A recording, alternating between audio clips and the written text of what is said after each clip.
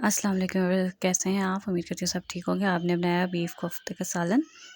इसके लिए हमने कीमा लिया, क्रश की हुई प्याज ली, टमाटर, एंड इसमें हमने ये मसाला डाला जिसमें धनिया पुदीना मतलब गरम मसाला जितना सारा होता है वो लिया।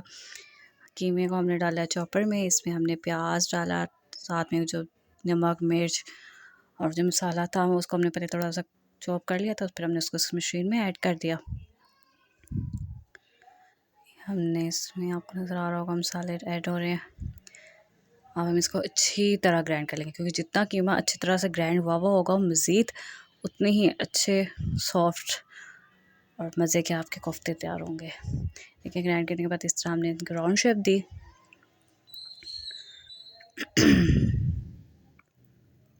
देखिए अब हमने साथ में ऑयल डाला। ये देखिए हमारे कोफ्ते कितने प्यारे राउंड शेप में बन चुके हैं। हम पहले इसमें करेंगे ये क्रश किया हुआ प्याज सोते करेंगे अच्छी तरह से, ताकि प्याज का कच्चापन ना रहे। अक्सर हांडियों में प्याज का कच्चापन फील हो रहा होता है, वो ना हो इसलिए इसको प्याज को पहले अच्छी तरह से सोते कर लेना चाहिए। लहसुन अदरक डाला, इसके बाद में ये इसमें टमाटर चॉप करके डाले। इनको अच्छी तरह से थोड़ा सा इसको भी सोते कर लेंगे ताकि टमाटरों का कच्चापन भी दूर हो जाए।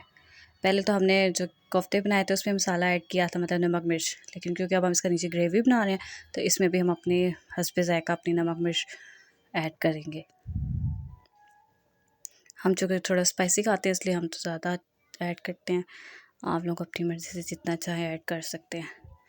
पहले इसका मसाला तैयार करना है अच्छे से। इसमें मतलब हमने प्याज थोम अदरक टमाटर ऐड किया है, ऐड करके नमक मिर्च ऐड किया। हमने इस मसाले को थोड़ा सा गला लेना है ताकि इस बाद में अगर शोरबा जो रखते हैं ग्रेवी में वो नज़र ना आए, खड़ा खड़ा मसाला नज़र ना आए। ये देखिए हमारा मसाला भी हम आपको दिखाते हैं, ये बिल्कुल मैश हो चुका है, मतलब इसकी सही ग्रेवी बन जाती है। ये देखिए नज़र ना आने के बराबर, क्योंकि वो बहुत बुरा लगता है ना जब वो नज़र आ रहा होता है खड़ा खड़ा सा, क्योंकि इसमें वही पता मसाले पे तो नहीं बनाने होते, हल्का हल्का शोरबा रखना होता है और शोरबे के ऊपर प्याज या टमाटर तैयार हो तो सारी आपकी लोग ख़राब हो जाती है।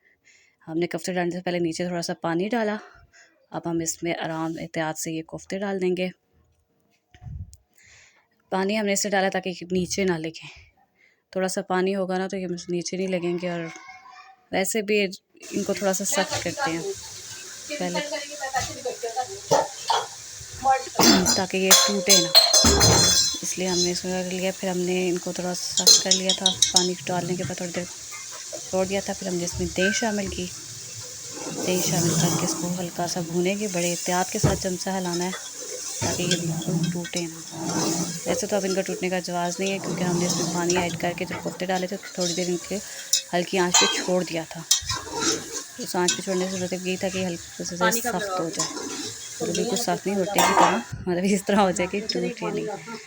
हम इस पर दही ऐड करके भूना है। अब हम इसमें पानी ऐड करेंगे, जितना आप लोग शोरबा बनाना उसके हिसाब से आप उतना पानी ऐड कर सकते हैं।